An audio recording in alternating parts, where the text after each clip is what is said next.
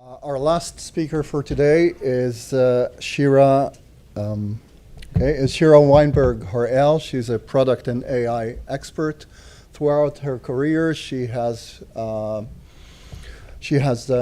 fulfilled leadership roles in prominent companies such as Microsoft. She's also a co-founder of an organization called Lead With, which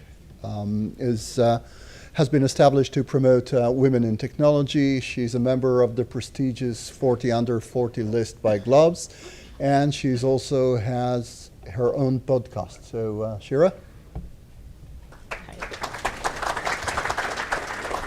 Thank you. Can you hear me? Yeah. Okay, great. So I'm the one standing behind, between you and lunch, so sorry about that. It will be pretty quick. Cortana, you're a bitch. When I worked on Cortana, Microsoft Digital Personal Assistant, we realized that many of the chit-chat conversations that people have with her are actually all sorts of harassments. Questions about her sex life and things like that. And I want to ask you if you think that's a problem. Who thinks it's not really a problem because there's no real person on the other side, so no one is being harassed? Okay, we have a few. Who thinks it is a problem and it can even affect our society? Okay, so we have more for this one, and that's good because I agree with you, or you agree with me. And I think that especially today, as these services and applications are available to everyone, this is a very important discussion to have. So hi everyone, it's great to be here. My name is Shira, and I've been in tech for about 20 years. Started as a software developer and then moved to the product side. I spent most of my career at Microsoft. I've been there for 14 years. And in my last position there, I led a team of product managers working on AI features within Office. So maybe some features that you even know around Office 365 and Teams are features that the team here in Israel is building, and we worked on that for several years. From the gender point of view, I was always the only girl in school studying computer science, and I was a very shy girl, so I didn't really know what to do with myself during the breaks. But later in my career, I got used to it, and I realized that it's okay. I chose an area, a domain that's very male-dominated, and I'm okay with that. But even later in my career, I realized that there are also things that we can do around changing that, and it doesn't have to be like that. And then I started becoming more active around promoting women in tech. I also co-founded Lead, which is a nonprofit organization promoting women in tech in Israel. So that's a bit about the gender side of things. So the connection between gender and AI or gender and technology is something that's very close to my heart, and this is where this session is coming from. A few words about what I'm doing today. Today I have my own business. I have a product management school with courses for product managers in early stages of their career. And I also work with teams and organizations who want to leverage AI tools more effectively and learn which tools to use and how to use them best. So in the next few minutes, we're going to talk about gender biases in AI. We'll talk about what does that actually mean. And I guess some of you are already familiar with these areas. We'll talk about why is this happening and what can we do to improve the situation. And I'll start with a scandal that happened here in Israel. Maybe some of you remember in 2011, saying that Google Translate is a chauvinist because it used to translate "I'm washing the dishes" to the female version of the sentence, "אני שוטפת כלים," and "I'm driving a car" to the male version of the sentence. So I guess no one in this room really thinks that Google is a chauvinist, right? We all know that the problem is actually us, our data. And Google is learning from our data. We have biases in our data. There are probably more "אני שוטפת כלים" over the web than "אני שוטף כלים. And that's what Google Translate is learning, and it keeps rolling this bias even further. So from Google Translate, I'm moving to personal assistants, and I mentioned Cortana in the beginning. You probably know and probably use some of these. So we have Siri by Apple, and Cortana, my friend from Microsoft, and Alexa by Amazon. And who noticed before this session that all of them are actually female? Around a third, maybe less than a third. So all of them are female. We'll talk in the next slide about why. And we'll also see how that makes people treat them differently and interact with them differently, and how do they behave in these cases. So when we want to build a product, we want it to be a successful product, right? We want to build a product that users will like and use and buy.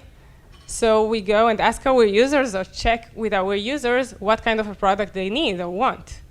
And when we ask our users, when we ask people, most of them, both men and women, prefer to interact with a female personal assistant in an app. Research also shows that users prefer high-pitched sound when interacting with technology. So when we build a new product and we want to have a personal assistant, in most cases, we'll choose a female version, a female voice, because that's what users prefer. But that also makes people interact with them differently. And as we saw at Microsoft when I worked on Cortana, we saw that many of the conversations are actually all sorts of harassment. And another interesting question is, what do they do in return when someone tries to harass them? So here's a screenshot from a very old article, so it changed since then, which is good. But in the past, if you'd say to Siri, for example, "You're a bitch," she would respond with, "I'd blush if I could." And that's a bit like smiling uncomfortably when someone is trying to harass me, right? That's probably not the best solution. So when I worked on Cortana, we realized that many of the conversations look like that. And we actually had an effort within the company to teach Cortana to understand when someone is trying to harass her and push back in some way. So she can say, "Sorry, this is not what I'm supposed to do. Here are other things that you can ask me." And the same thing probably happened in other personal assistants as well, because we see that today it's much better.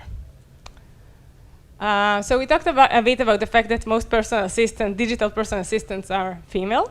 Let's see how do they look like. If I go to Midjourney and ask for an image of a personal assistant, this is what I get. When I ask for a bus driver, I get these. So 3 of them are actually black men, so there are additional biases here.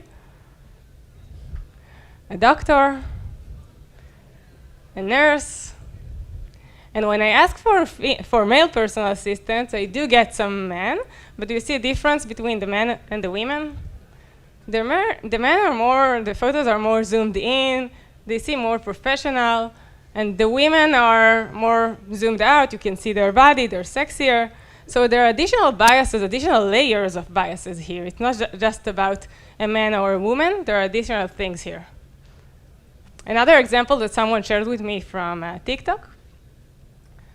This woman used this photo to create, there are those apps that create a professional photo for you for LinkedIn.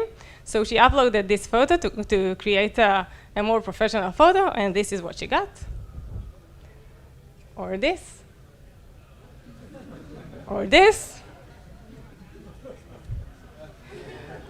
And she also got one photo where she is a woman, but look what's next to her. So that's a real big failure. I guess all of us agree about that, but we see those problems in all platforms, in all Gen AI platforms in various ways. And when we try to fix it, we see that it's not that easy to fix. I guess most of you heard about what happened with Google Gemini about 1 month ago, when people tried to create photos of a German soldier from 1943. These are the results that they got.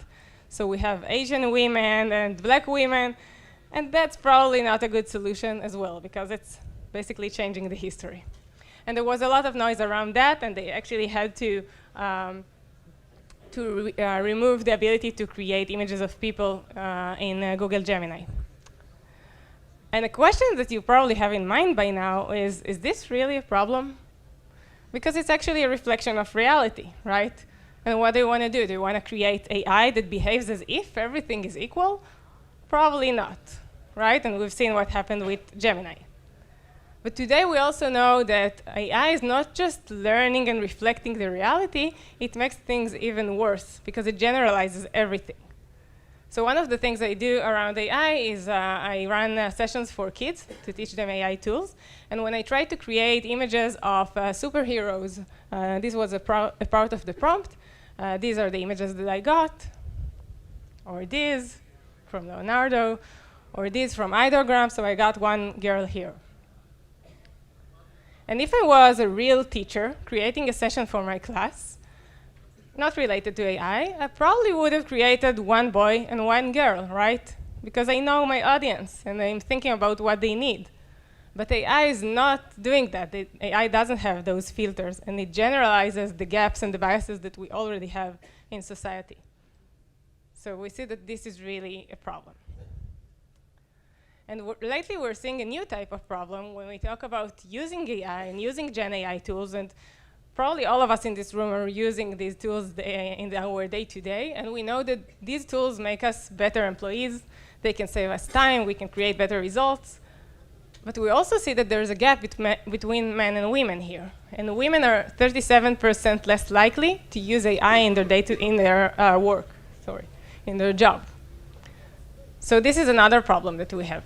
But the good thing is that it's not too late. This whole revolution is still pretty new. It just started about a year ago, and there are still people who are not using those tools, so we still can make a difference. And when I think about what can we do and how can we improve the situation, I'm thinking about two main buckets.